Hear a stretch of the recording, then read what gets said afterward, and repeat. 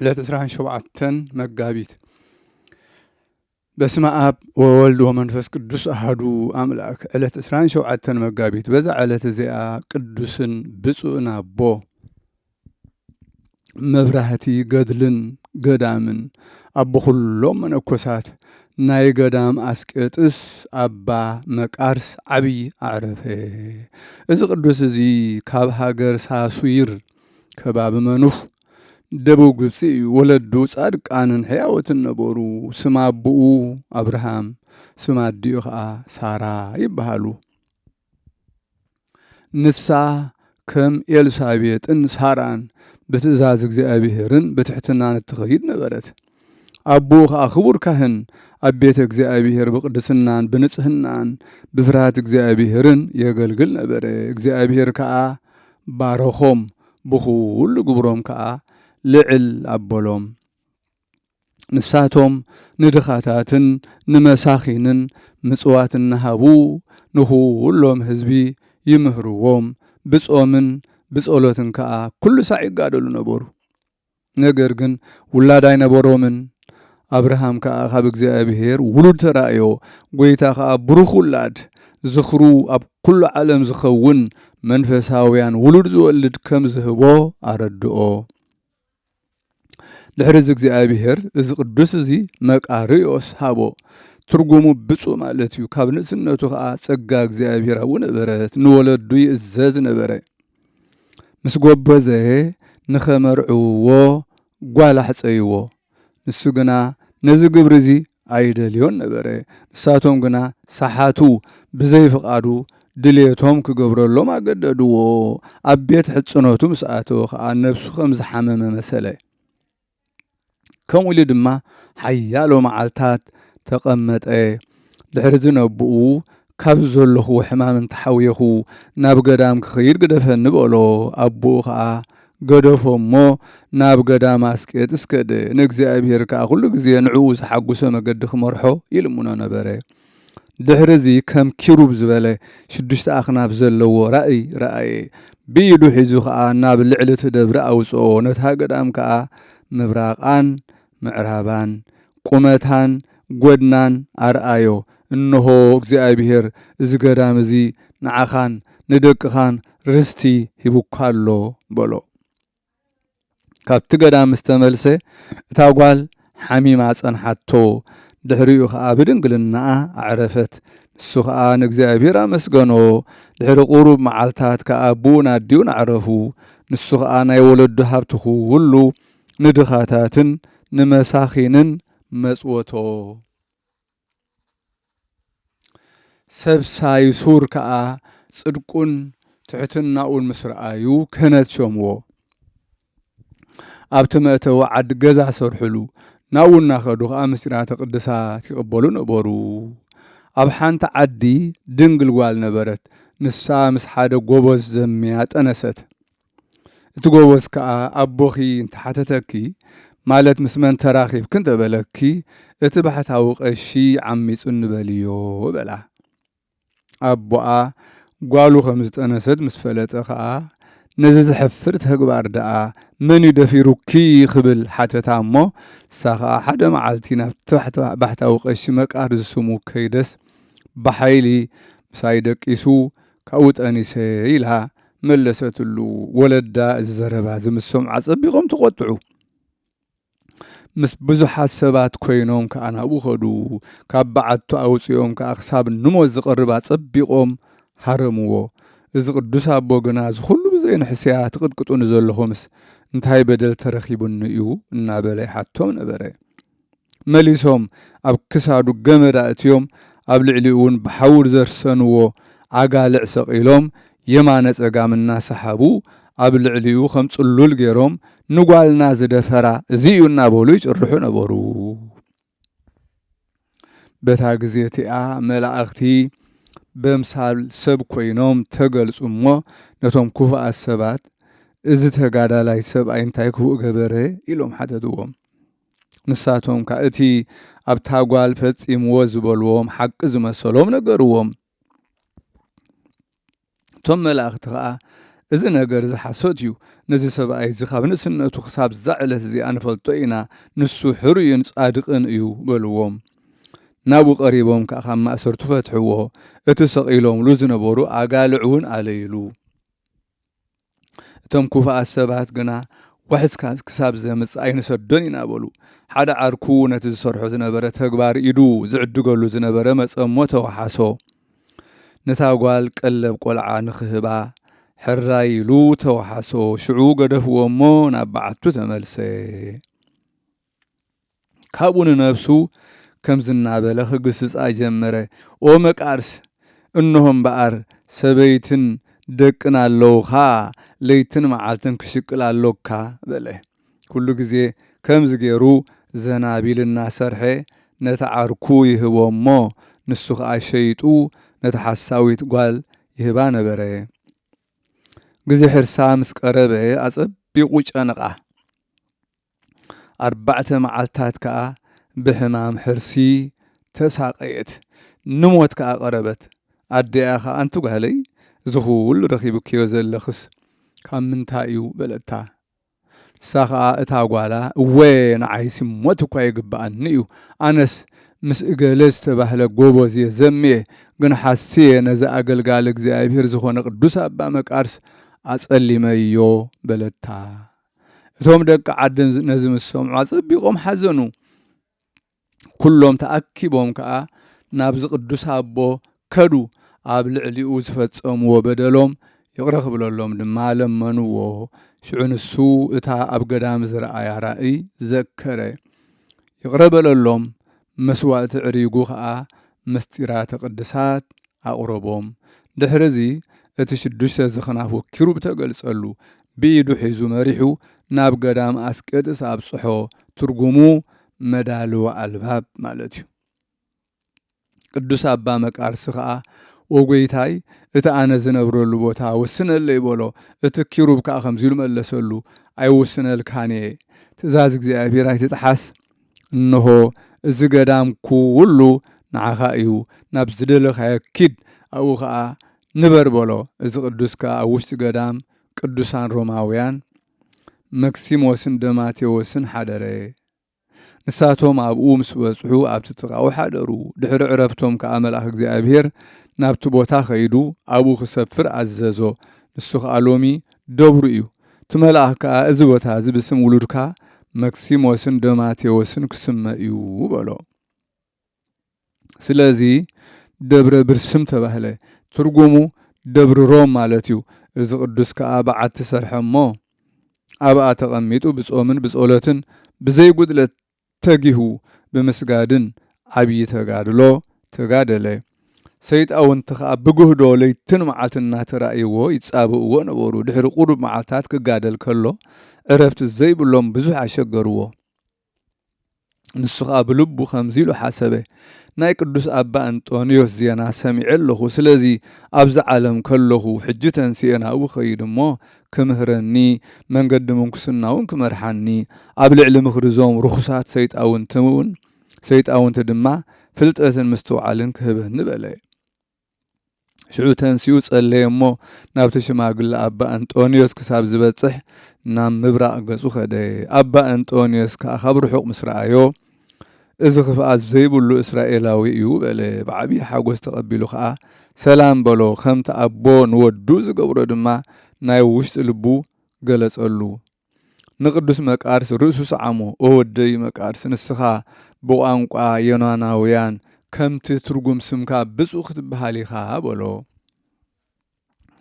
እግዚአብሔር አምላኸይ ግብርኻን ናባይ መምጻእካን ገሊጹ ለእዩ ስለዚ መምጻእካ ክጽበዮ ጸንሐ በሎ ድሕሪ እዚ ተቅድስ መንገዲ መንኩስና ኩላ መሃሮ ክገብሮ ዘለዎ ብዙሕ ነገር ብብዙሕ ነገር አጸናንዖ ንሰይጣውን ተኸመ ገይሩ ከሰንፎም ከም ዝኽእል ገለጸሉ ንሳቶም ሕጂውን ብሕቡእ ሕሊና ከንቱ ብዝኾነ ክፉእ ተግባራትን ብግህዶ كتصابوها أيوم السهاجنا فتسون كن كساب متعجس حج أنا بتجزي أبير زو السنة الكابو تأخيد مو أبوها أتعجس وله مس قرب معلتات سرعة منكسنا خم مهار مسكنة بحوجس بدستان ናብ ቦታኡ ተመልሰ በቲ ካብ ቅዱስ ኣቦ ኣባ አንጦኒዮስ ከምኡውን ምስ ኣባ ሰራብዮን ብሩኽ ኤጲስቆጶስ መሕወይ ዝኾነ ትምህርትን ስርዓትን ዝተምሃሮ ደስ በሎ። በተን ምስ ኣቦይ ኣባ አንጦኒዮስ ዝቐንኽዎን መዓልታት ፈጺሙ ክድቅስ ርእዮ ኣይፈልጥን በለ። ቅዱስ ኣባ መቃርስ ኣብቲ ቦታኡ ብመንገዲ ምንኩስና ተጸሚዱ ነዊሕ እዋን ይጋደል ነበረ። እቲ ኪሩብ ከዓ ኩሉ ግዜ ብግልፂ ይበጽሖ ነበረ። ሓደ መዓልቲ ካብ ሰማይ ከም ዝብል ቃል ሰምዐ። ቃለይ ሰሚዕካ ስለ ዝመጻእካ ኣብቲ ቦታ እውን ስለ ዝተቐመጥካ ዘይቁፀር ህዝቢ ካብ ኩሉ ዓድታትን ካብ ኩሉ ወገናትን ካብ ኩሉ ቋንቋታትን ክእክብ እየ። ክለኣኹኒ ከገልግሉኒ እዮም።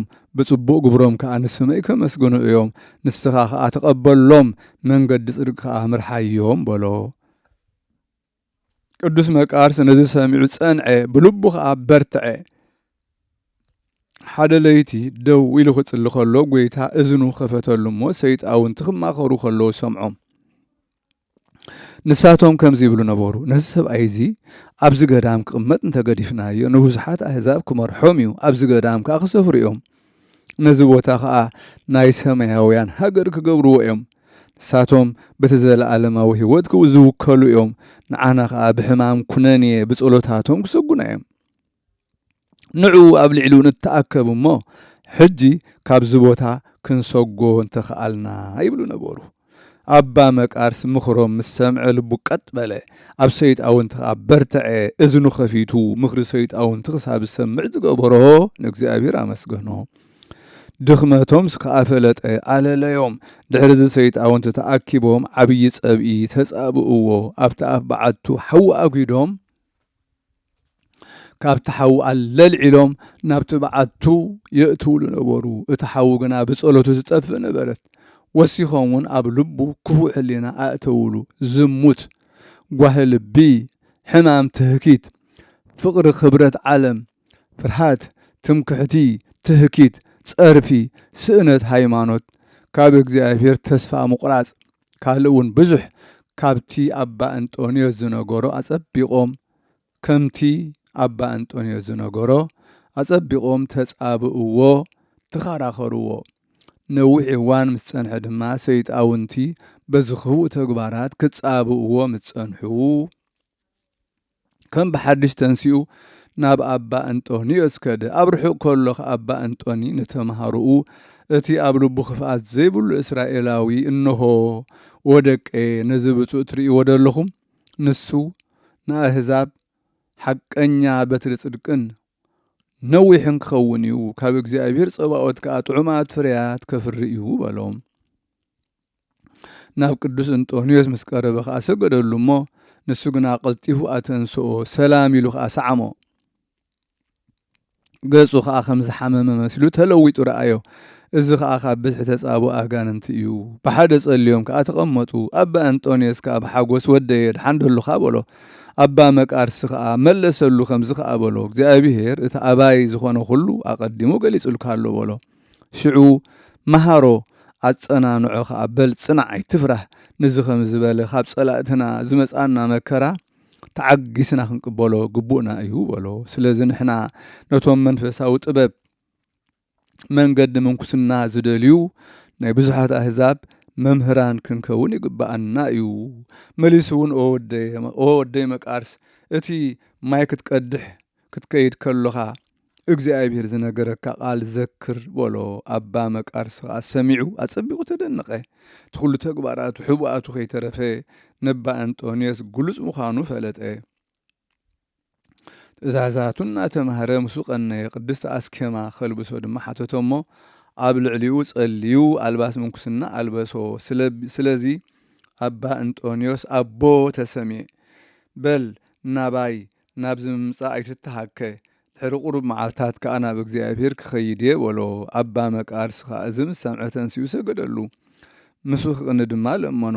መንፈሳዊ በረኸቱ ንምቕባል ዝተዳለወ ክገብሮ ከዓ ሓተቶ። ንሱ ከዓ ሕራይ በል ምሳይ ቀኒ በሎ። ደጊሙ ከዓ ድሕሪ ቁሩብ መዓልታት እግዚአብሔር ካብ ዝኽፉእ ሕሊና ክዕርፈካ እዩ በሎ ሽዑ ከዓ ሰይጣውንት ብግልፂ ክትጻብኡኻ እዮም ከምቲ ኣባይ ዝገበርዎ ንስኻ ግና ጽናዕ ተዓገስ ከዓ ነቲ እግዚአብሔር ንረድኤትካ ኢሉ ክሳብ ፍጻሜ መዋዕልካ ዝሃበካ ምሳኻ ዘሎ ኣይትሕዝኖ እግዚአብሔር ኣምላክካ ከም ዝኣዘዞ ክሕልወካ እዩ በሎ እዚ ምስ በለ በትሩ ሃቦ ብመንፈሳዊ ሰላምታ ድማ ሰዓሞ እሞ ዓረፈ ንሱ ከዓ ስጋኡ ማንም ኣብ ዘይፈልጦ ኣብ ሕቡእ ቦታ ቀበሮ ኣባ መቃርስ ከዓ ናብ ገዳሙ ኣስቄጥስ ተመልሰ ኣብ ቦታኡ ከዓ ተቐመጠ ዜናኡ ከዓ ኣብ ኩሉ ማእዝናት ምድሪ ተሰምዐ እግዚአብሔር ከዓ በእዳው ዓበይቲ ተኣምራትን መንክራትን ገበረ ካብቲ ዝገበሮ ተኣምራት ንጉስ አንጾኪያ ንጓሉ ርኩስ መንፈስ ስለ ዝሓደራ ንኽሕየሉ ናብኡ ለኣኻ ንሳ ብኣምሳል ጎበዝ ኮይና ናብኡ በጽሐት ንሱ ከዓ ፈሊጡ ኣሕወያ ናብ ኣቦኣን ኣዴኣን ከዓ ሰደዳ ንሳቶም ወርቅን ብሩርን ምስ ለኣኽሉ ግን ንሱ ግና ዋላ ሓንቲ ኣይወሰደን ኣይተቐበሎምን ኣብ ሃገር ኣውሲም ሓደ መነኮስ ነበረ ንሱ ስሒቱ ተጋግዩ ትንሣኤ ሙታን የልቦ ንበለ ንብዙሓት ሰባት ከዓ ስሓቶም እቲ ናይ ሃገር ኣውሲም ኤጲስቆጶስ ከዓ ናብ ኣባ መቃርስ ኸይዱ እቲ መነኮስ ነቶም ህዝቢ ከም ዘጋግዮም ነገሮ ንኽሕግዞ ድማ ኣጸቢቑ ለመኖ ኣባ መቃርስ ከዓ ተንሲኡ ምስኡ ናብ ሃገር ኣውሲም ከደ ነቲ ባሕታዊ ኣብኡ ርኩስ መንፈስ ዘለዎ ረኸቦ ምስኡ ብዛዕባ ትንሣኤ ሙታን ምስ ተዛረበ እቲ ባሕታዊ ከምዚ ኢሉ መለሰሉ ኣነሲ ሰብ ካብ መቃብር ኣተንሲእካ ከይርኣኻኒ ኣይኣምንን እየ በሎ ኣባ መቃርስ ከዓ ነዚ ሰሚዑ ናብ ጎይታ ጸለየ ሽዑ ሓደ ሰብ ካብ ሙታናት ተንስአ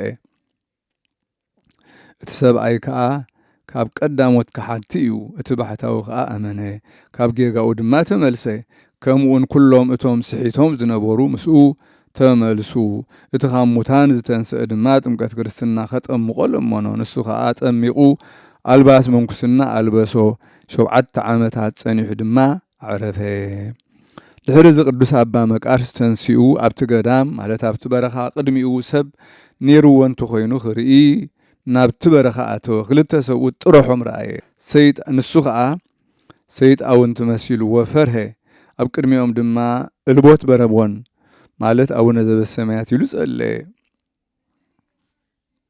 ንሳቶም ከዓ ብስሙ ኦ መቃሪ ኣይትፍራህ ኢሎም ጸውዕዎ ንሳቶም ገዳማውያን ምዃኖም ድማ ፈለጠ ብዛዕባ ዓለማውያንን ተግባራቶምን ድማ ሓተትዎ እሱ ከዓ መለሰሎም እግዚአብሔር ብምሕረቱ ኣብ ልዕሊ ኩሎም ኣሎ በሎም እሱ ከዓ ብዛዕባ ቁሪ ክረምቲ የቁረኩም ዶ ናይ ሓጋይ ሙቐትከ ይረስነኩም ዶ ኢሉ ሓተቶም እሞ ንሳቶም ከዓ እግዚአብሔር ኣብ ዝበረኻ 40 ዓመታት መጊቡና ተኻናኺኑና እዩ ቁሪ ክረምቲ ኣየቁረና ሙቐት ሓጋይ እውን ኣይረስነናን እዩ በልዎ ኣባ መቃርስ ከዓ ከመይ ገይረ ከማኹም ክኸውን ይኽእል በሎም ንሳቶም ከዓ ኣብ በዓትኻ ተቐመጥ ብሓጢኣትካ ከዓ ብኸሞ ከማና ክትከውን ኢኻ በልዎ ካብኦም ተመሪቑ ከዓ ናብ ቦታኡ ተመልሰ መነኮሳት ምስ በዝሑ ከዓ ዒላማ ይኳዓትሉ እሞ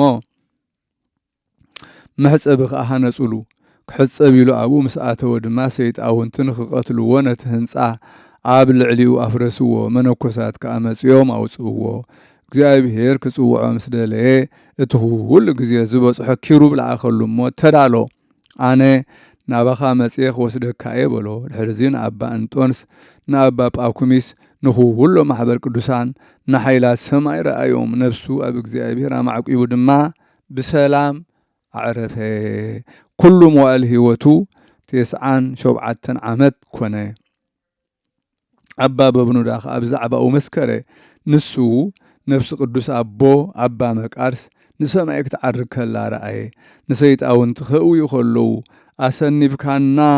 ኣሰኒፍካና ኦ መቃሪ ክብሉ ድማ ሰምዖም ንሱ ከዓ ሕጂ እውን ክሳብ ሎሚ ኣየኣምንን እየ ክብሎም ከሎ ናብ ገነት ምስ ኣተወ ከዓ ብልዑል ቃል ጨርሑ ኣሰኒፍካና ኦ መቃሪ እናበሉ ንሱ ከዓ ኣምላኸ ኢየሱስ ክርስቶስ ምስጋና ንዑ ይኹን ይኽበር ይመስገን ካብ ኢድኩም ዘድሓነኒ ስሙ ይመስገን በሎም ብህይወቱ ከሎ ندقو ريساو خيحابو عززهم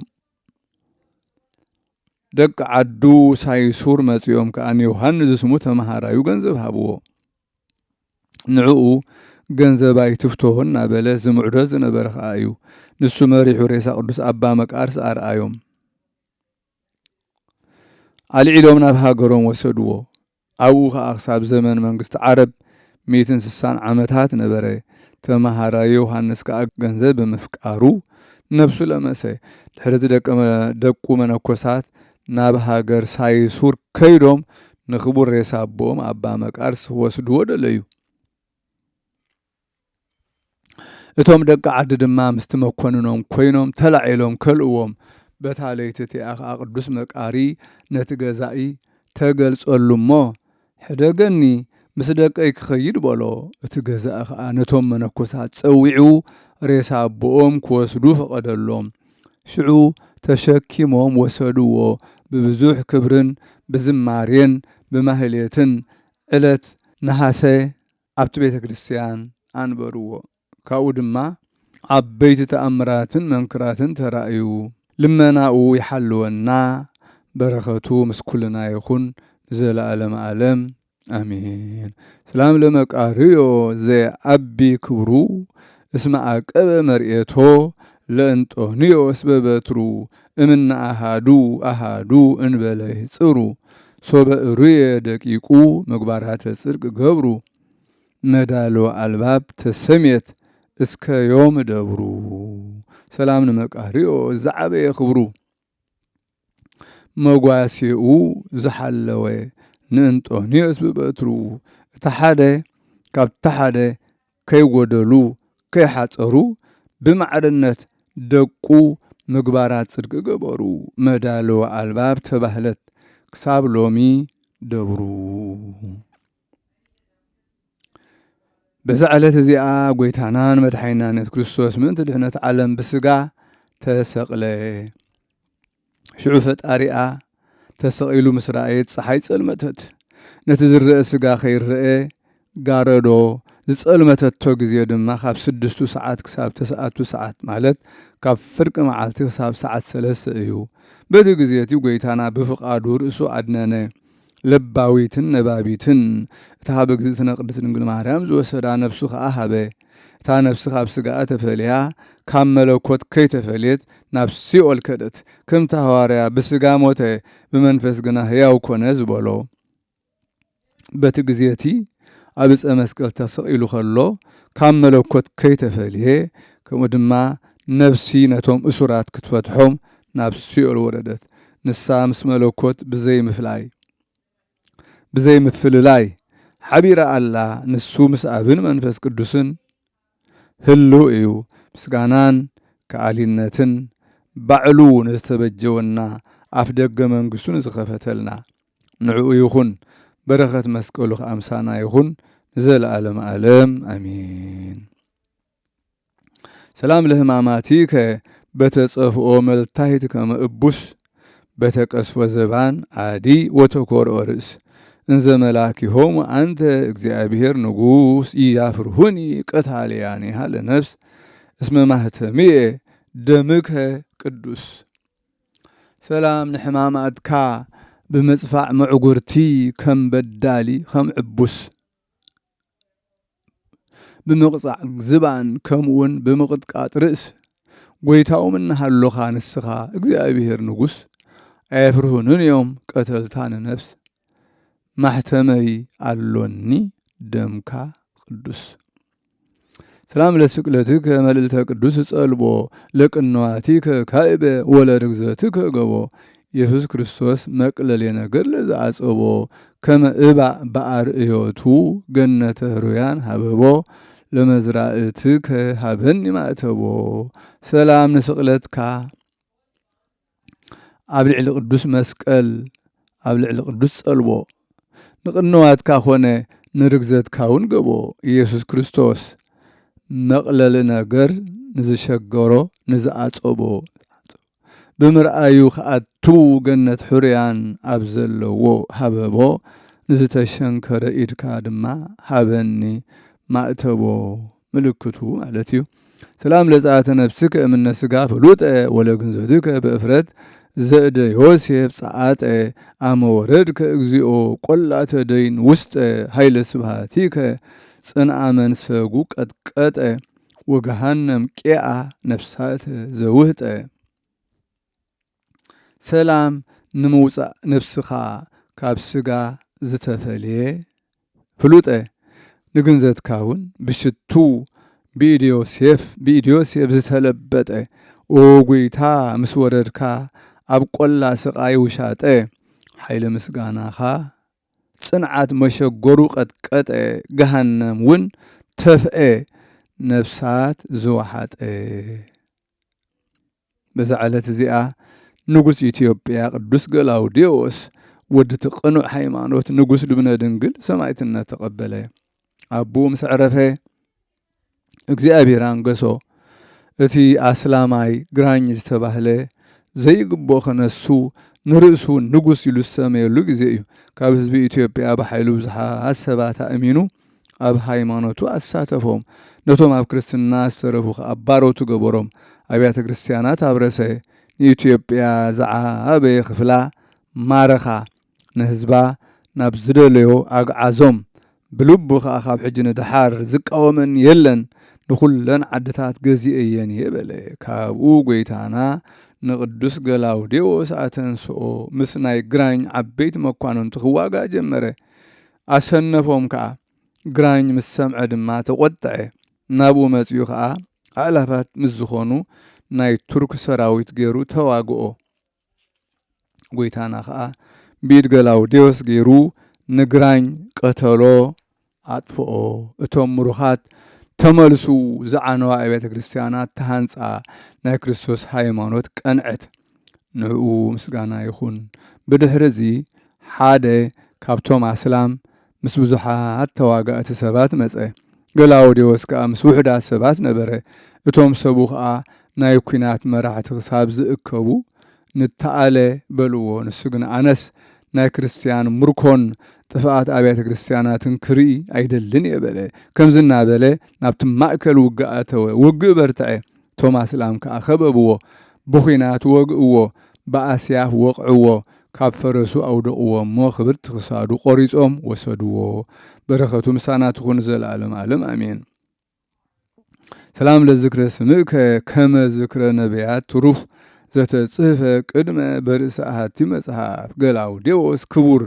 ሊቀ ሰማዕታት ኣእላፍ በሃምሳ ዓም እምድኅረ ሞትከ በሰይፍ እምገጽከ ውህዘ ወተክእ ወሃፈ ሰላም ንዝኽሪ ስምካ ከም ዝኽሪ ነቢያት ፍሉጥ ጽሑፍ ብቕድሚኡ ዝተጻሕፈ ኣብ ርእሲ ሓንቲ መጽሓፍ ገላውዴዎስ ክቡር ሓለቓ ሰማዕታት ኣእላፍ ኣብ 5 ዓመት ድሕሪ ምውማትካ ብሰይፍ ካብ ገጽካ ፈልፈለ وحازون هفا